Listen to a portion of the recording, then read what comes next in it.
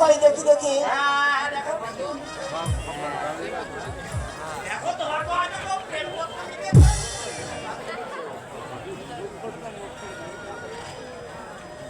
এই তো শরৎকান্ত চিঠি, মাকে লিখেছে। কবিতা কবিতা আমি না, আমি কাকা হয়েছি কবিতা, কাকা। মানে আমার বড় বৌদির ছেলে হয়েছে, আমার কর্তা বাবা হয়েছে কবিতা, বাবা।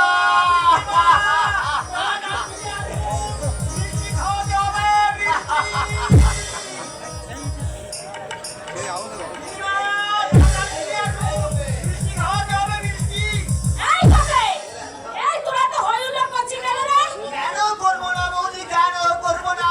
এই বাড়িতে যে বহুদিন পরে আনন্দের জোয়ার এসেছে। হ্যাঁ গো মেজে বৌরানী, শিবু দাদা বাবু এই বাড়ি থেকে চলে যাওয়ার পর বাড়িটা শ্মশান হয়ে গিয়েছিল, সবাই মুখ থেকে হাসি উবে গিয়েছিল। শিবু দাদা বাবু সেই হাসি ফিরিয়ে দিয়েছে। বড় বৌদি মা হয়েছে গো মেজে বৌদি, আর তুমি হয়েছো মেজো মা। তোমার আনন্দ হচ্ছে না মেজে বৌদি? নিশ্চয় হচ্ছে। তাহলে এক কাজ করতে হবে, রাস্তায় যত ভিখারির বাচ্চা আছে তাদেরকে ধরে নিয়ে এসে এই বাড়িতে আনন্দের মাহফিল বসিয়ে দেয়। কি বললি মেজে বৌদি? ঠিকই বলছি, রাত টাকার ছেলে হয়েছে, সেজন্য তোদের এত মাথা ব্যথা কেন? তুই কি ভুলে গেছিস তাদের সঙ্গে এই বাড়ির কোনো সম্পর্ক নেই? এই যে রায় চৌধুরী বাড়ির মেজদিন নেই, তাদের সঙ্গে তোমার কোনো সম্পর্ক না থাকতে পারে, কারণ তুমি অন্য বাড়ির মেয়ে, যাকে বলে কিন্তু আমার দাদা আর ভাইপোর সঙ্গে আমার সম্পর্ক আছে, কারণ ওদের আর আমার শরীরে বইছে এই পবিত্র রায় চৌধুরী বংশের রক্ত। কথাটা ভুলে যেও না। থামিয়ে দেবো, মিলন সাগরে মিশার আগে সেই রক্ত তোকে ছাড়া আমি থামিয়ে দেবো। আমার সংসারে আমি কাউকে ভাগ বসাতে দেবো না। একথা তুমি কি করে বলছো বৌদি দিমণি? শিবু দাদা বাবু এই বাড়ি থেকে চলে গেলেও শিবু দাদা বাবু এই বংশে প্রদীপ জেলে দিয়েছে, তাকে দাঁড়িয়ে দিলে এই সব বিষয় সম্পত্তি কে দেখবে? তুমি তো আর কোনোদিন মা হতে পারবে না। এত বড় সাহস! সামান্য একটা চাকর হয়ে তোকে আমি মুখে শোন, এবারে সবাই মেনে নিলে আমি মেনে দেবো না সেই জানোয়ারের বাচ্চাটাকে। ভিতরে যা। এত সাহস তোমার এই রায় চৌধুরী বংশের সন্তানকে তুমি জানোয়ারের সন্তান বললে? কোথায় পেলে তুমি এত সাহস? আমি আর দেবো সারা জীবন আপনার পা মোছার পাপড় সয়ে থাকবো। ওই পাপড় সহ্য যোগ্যতা নাও তোমরা আজ হারিয়ে ফেলেছ, তার কারণে তোমাদের চৌর্যবৃত্তি। আপনার চোর! চোর চোর চোর, সেই রাস্তার দেবুটাও যেমন চোর, তেমনি তুমিও একটা চোর। বাইরে বিয়ের মিথ্যা খরচের হিসাব দেখে তুমি আমার আলমারি থেকে 1 লক্ষ টাকা সারিয়েছ, আর সেই রাস্তাটা শিবুর ফেলে দেওয়ার চেক ভাঙিয়ে ব্যাংক থেকে 20 লাখ টাকা তুলে নিয়েছে। বেশ করেছি, তুলে নিয়েছি। আমি কি সেই শিবেটার মতো বোকা যে 20 লাখ টাকা হাতে পেয়ে আমি রাস্তায় রাস্তায় ভিক্ষে করবো? কবে তুই মদ খেয়েছিস? ইয়েস মাই লর্ড, আমি মদ খেয়েছি, তোমার 20 লাখ টাকা খেয়েছি। এবার আমি তোমার সমস্ত সম্পত্তি খেয়ে নেবো। তোকে আমি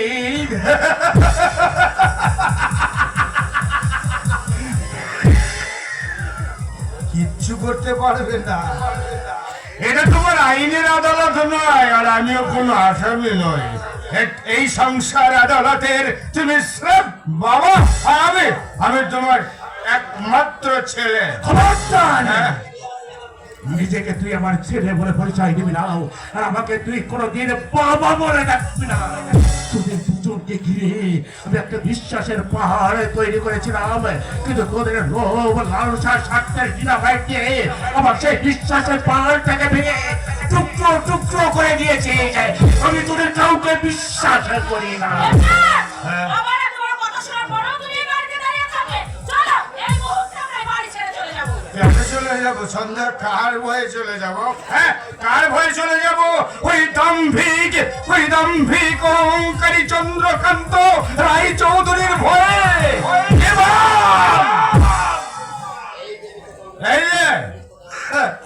এই যে মিস্টার চন্দ্রকান্ত রায় চৌধুরী, তুমি কি মনে করেছিলে সবাই ওই শিবেটার মতো মূর্খ বোকা?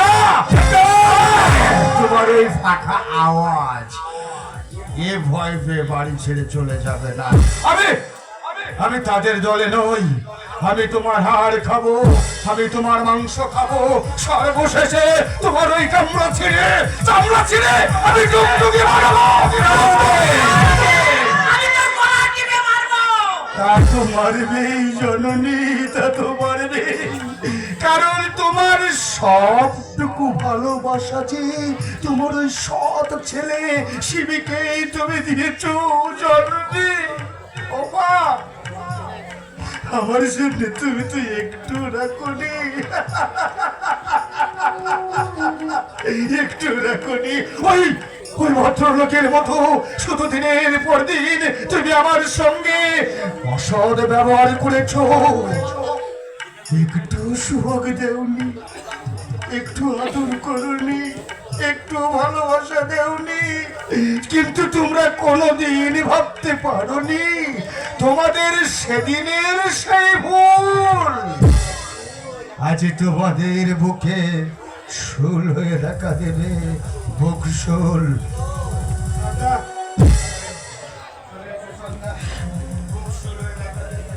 তোমরা কখনোই কল্পনা করতে পারোনি তোমাদের সেদিনের সেই ভুলটা তোমাদের বুকে শুল হয়ে দেখা দেবে। বুক শুল। কি গো, তোমার ফুল মার্কস পাওয়া গুড বয় ছেলে আজ কি কথা বলে গেল? তুমি কোথায় হারিয়ে ফেললে তোমার পৌরী সিংহের হুঙ্কার, তর্জন গর্জন? তোমার চোখের কোণে কেন আজ অকাল বর্ষণ? জীবনের দর্পণে নিজের ভুল আজ ধরা পড়ে গেছে বুঝি? যশোদা, এটা তোমার উল্টো দর্শন। না গো না, আমার সামনে তুমি গোপন করতে চাইছো তোমার স্বপ্ন ভাঙার যন্ত্র। যশোদাই, মুক্তির ভল্লভের আশায় যে চারাটাকারী স্বপ্নের জমিদের উপর করেছিলাম, শিক্ষার সার প্রয়োগ করে ছিল মায়া মমতার জলে সিঞ্চন করে যে চারাটাকে আমি বড় করে তুলতে চেয়েছিলাম, তখন আমি ভাবতে পারিনি যে সেই চারাটা গাছ হয়ে আমাকে বিশ্ব ফলে উপহার দেবে। অথচ আমার বড় খোকা, যাকে তুমি কোনোদিন স্নেহ দাওনি, ভালোবাসা দাওনি, সে কোনোদিন তোমার উপর, তোমার মুখের উপর বড় কথা বলে। খবরদার যশোদা, ওই জানোয়ারের নাম তুমি আমার সামনে উচ্চারণ করবে না। আমি ওদের কারোর কথা শুনতে চাই না যশোদা, আমি ওদের কারোর কথা শুনতে চাই না। তোমার নাতির কথাও তুমি শুনতে চাও না? না যশোদা, না, আমি কারোর কথা শুনতে চাই না, আমি কারোর কথা। ওগো, যশোদা, কেন শুনবো, কেন শুনবো যশোদা? সেই রাস্তাটা যে বাবা হয়েছে সেই খবর শরৎ কাকা তোমাকে চিঠি দিয়ে জানিয়েছে, কিন্তু সে কি একবারও আমাকে জানিয়েছে? আর তো জানাবে কেন? নতুন সকালে পেয়ে এই বিকেলের কথা সে যে একেবারেই ভুলে গেছে। কি বললে? যশোদা বউয়ের কাছে লেখাপড়া শিখেছে, লটারিতে টাকা পেয়ে বাড়ি গাড়ি কিনেছে, ব্যবসা বাণিজ্য করে টাকা পয়সা রোজগার করছে। বাবা মায়ের প্রতি তাই নাকি অগাধ শ্রদ্ধা ভক্তি। তাহলে সে সে কি আমার নাতিটাকে নিয়ে একবারই আসতে পারে না? দাদু ঠাকুরমা হিসাবে আমার কি নাতি কি দেখতে ইচ্ছে করে না? ইচ্ছা করলেও উপায় কি বলো? তুমি তুমি কি তাদের এ বাড়িতে আসার পথ রেখেছো?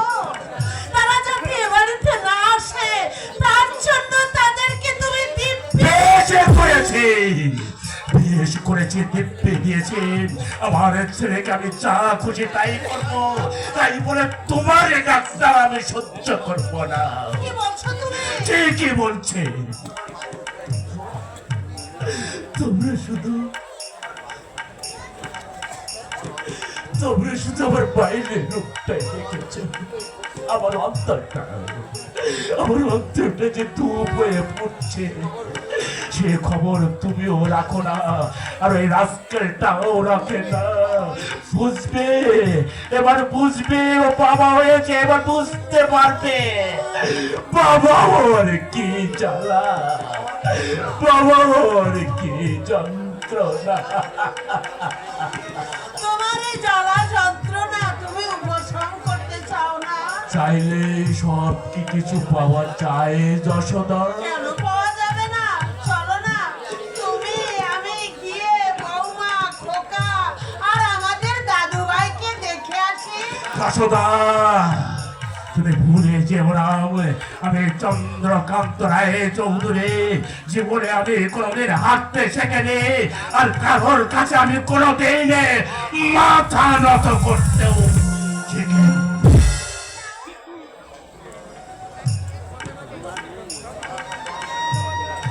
মানুষটার দম গেছে কিন্তু দম্ভ যায়নি। বটু, তুমি মুখে স্বীকার না করলেও মনে মনে কিন্তু তুমি পরাজয় মেনে নাও। কারণ তুমি যাকে অবহেলা করে বাড়ি থেকে তাড়িয়ে দিয়েছিলে, আমার সেই বড় খোকা আজ তোমার মুখ উজ্জ্বল করেছে। এই রায় চৌধুরী বংশে আলোর প্রদীপ জ্বেলে দিয়েছে।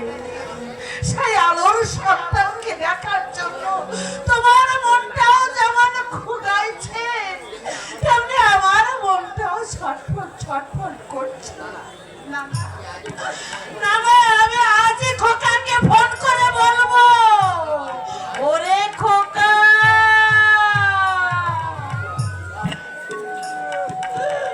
খোকা রে, তোরা বাড়ি ফিরে আয়।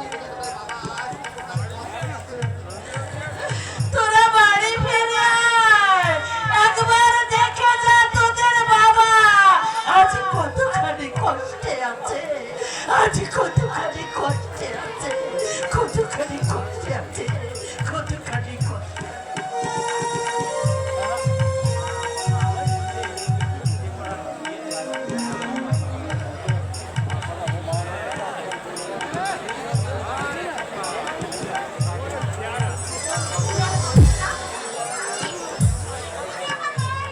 তাই?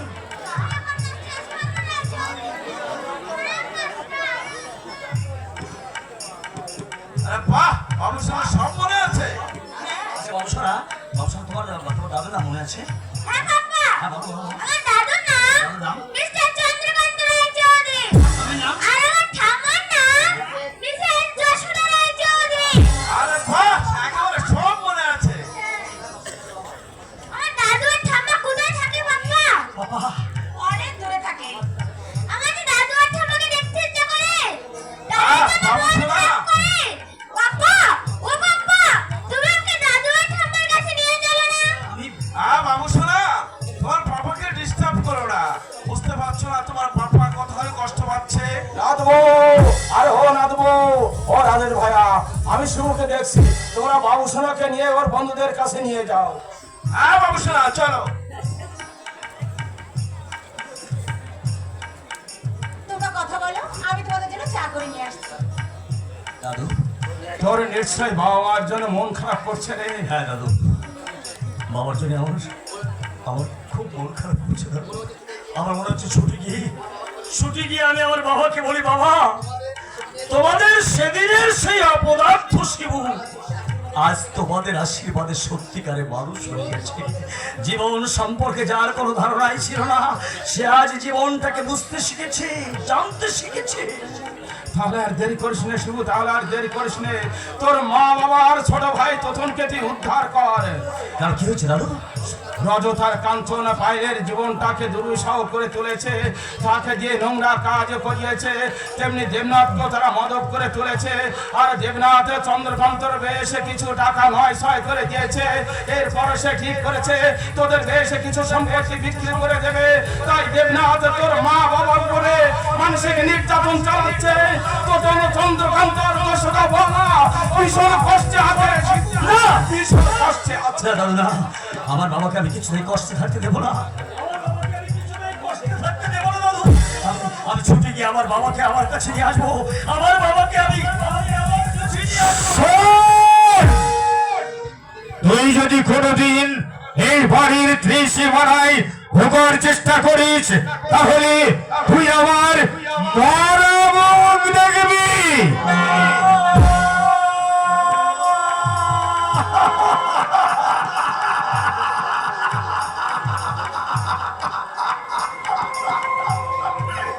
হলো না দাদু, হলো না। আরে আমার বাড়ি যাওয়া হলো না দাদু, আর আমার বাড়ি যাওয়া হলো না। ওই বাড়িতে গেলে আমার বাবার যে মঙ্গল হবে, আমার বাবাকে আমি কোনোদিন সুখ দিতে পারিনি, আনন্দ দিতে পারিনি। আমার ইচ্ছে হয় আমার বাবাকে আমি ছুটে গিয়ে আমার কাছে নিয়ে আসি, কিন্তু বাবা আমায় যেদিন বেরিয়েছেন, ইচ্ছা থাকলেও আমার যে কোনো উপায় নেই দাদু, কোনো উপায় নেই। আমার বাবাকে আমি না না, আমি ছেলে হয়ে বাবার মরা মুখ আমি দেখতে পারবো না দাদু। ছেলে হয়ে আমার বাবার মরা মুখ আমি দেখতে পারবো না, আমি তো সইতে পারবো না শিবু, আমি দেখতে পারবো না দাদু, আমি দেখতে পারবো না। শিবু, চন্দ্রকান্ত তুমি বড়ই হতভাগ্য। তাই তুমি জানতে পারলে না যে সন্তানকে তুমি ঘৃণা ভরে পথের ধুলে ছড়ে ফেলে দিয়েছিলে, তোমার সেই শিবু আজ অনেক টাকা অনেক সম্পত্তির মালিক হয়েও তোমার কথা ভুলিনি। একদিনের জন্য নয়, এক মুহূর্তের জন্য নয়।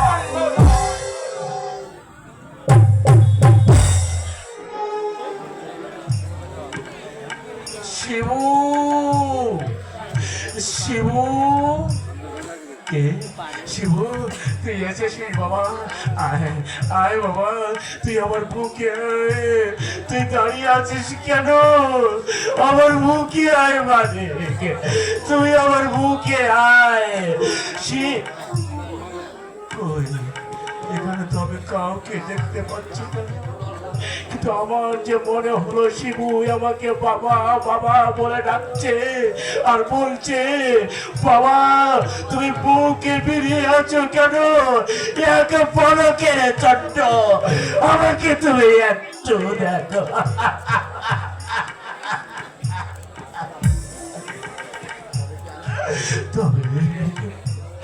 তবে কি আমি স্বপ্ন দেখলাম? তা দেখবই না কেন? আমি যে তাকে রাগে ক্ষোভে এই বাড়ি থেকে তাড়িয়ে দিয়েছি। ঈশ্বর, এবার তুমি আমাকে মুক্তি দাও, আমাকে মৃত্যু দাও। তুমি এমন কথা বলো না গো, এমন কথা বলো না। কেন বলবো না যশোদা? আমি কেন বলবো না? এই জীবন যন্ত্রণা আমি যেন সহ্য করতে পারছি না। মৃত্যুই যে একমাত্র কাম্য। তবু এখনো যে তোমার শেষ কর্তব্য করা হয়নি, ততনের কোনো ব্যবস্থা করা হয়নি। তুমি ঠিকই বলেছো যশোদা, তুমি ঠিকই বলেছো। ততনের কথা তো আমার মোটেই মনে ছিল না। সত্যি তো, তার তো কোনো ব্যবস্থাই করা হয়নি। না না না, আমি কালই অর্ধেক সম্পত্তি ওই ততনের নামে লিখে দেব। আর কি দেবে?